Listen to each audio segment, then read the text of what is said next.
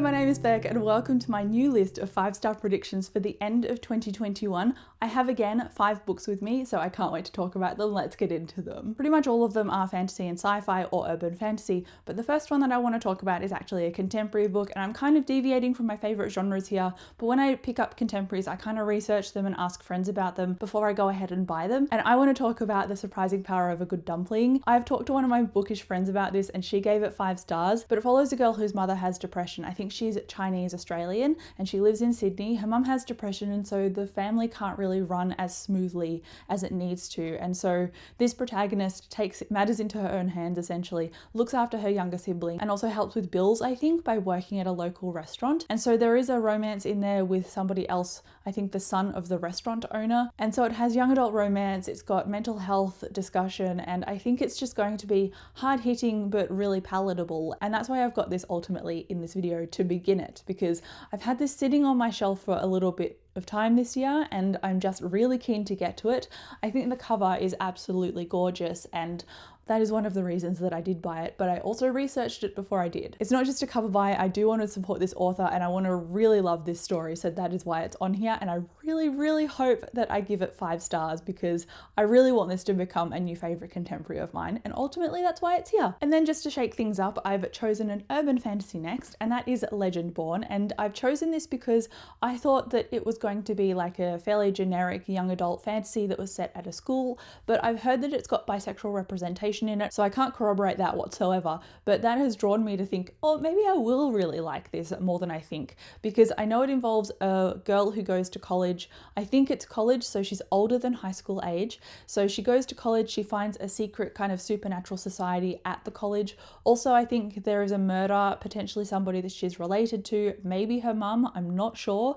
And so there's that investigation going at the same time, and she gets roped into the supernatural world at this new college. It just sounds like something that I'd really like: urban fantasy, investigating, and supernatural powers. Honestly, that's all I really need to know about a book before I get invested in it. So I think that's enough of a premise to hook me, to be honest. Now, I want to say that the next book is a fairly safe bet, but it really could go either way. So I've been really adoring the Dresden Files by Jim Butcher, and he's written another series, and this one is the Furious of Calderon, and this is a fantasy series, I believe. It's kind of got like a Pokemon or Digimon aspect to it with supernatural creatures, and I don't really know too much about it, to be honest. It says, for 1,000 years, the peoples of Alira have been united by their unique bond with the Furies, elementals of earth, air, fire, water, and metal, but their world is changing.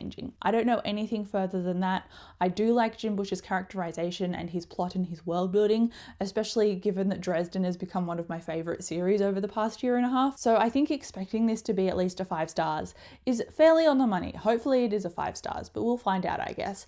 That's why I want to read this. I know it's fantasy, it's not urban fantasy, so hopefully there is a step up here into a fantasy world that I can formulate a bond with and really love, like Dresden. I'm really hoping that his characterization shines through in here, but naturally I'll report back anyway. The last 2 on this list are 2 fantasy books. I think one is more hyped than the other, so I'm going to go with the underhyped one first, and that is The Ninth Reign. And this is a book that I've barely heard anything about, hence being underhyped, and it says that the city of Ebora once glittered with gold, now its streets are stalked by wolves. It looks like there is a fugitive witch in here that can set stuff on fire, and there's another character who gets bought by a contract and has to work for this person. I'm not really sure, but there is a conspiracy, there's magic, there's war. I'm interested. I think it's going to be great. I've seen Elliot Brooks talk about this in passing and she seems to really enjoy it. And she's one of the fantasy booktubers that I tend to have fairly similar crossover with. Sometimes, not all the time, but I think this is going to be on the money. I really hope it will be.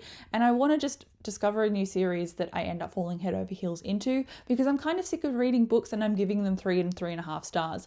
I want to read books that I give 4 or 5 stars. In this case, I hope it's a 5-star prediction. That is what I'm going into this expecting. So another one for my 5-star list. And if you've read it, do let me know what you rated it. I would be interested to know, because I just really want to enjoy this.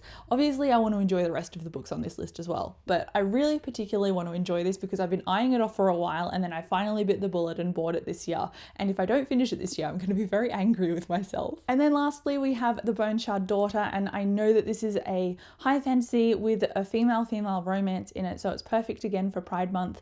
but I don't know more than that. I know there is politics involved. Obviously, I know there's Boneshard magic involved. I don't know if it's more than one character perspective. I think it is. So again, very, very vague on the synopsis here. I'm sorry I can't give you more, but I have linked all of the Goodreads links down below, so if you want more information, you can go and check there. But that is the last book that is on this list for my 5-star predictions for the end half of the year. I'm hoping that I hit gold, because my last 5-star predictions video, I only had one book out of the 5 that I gave 5 stars.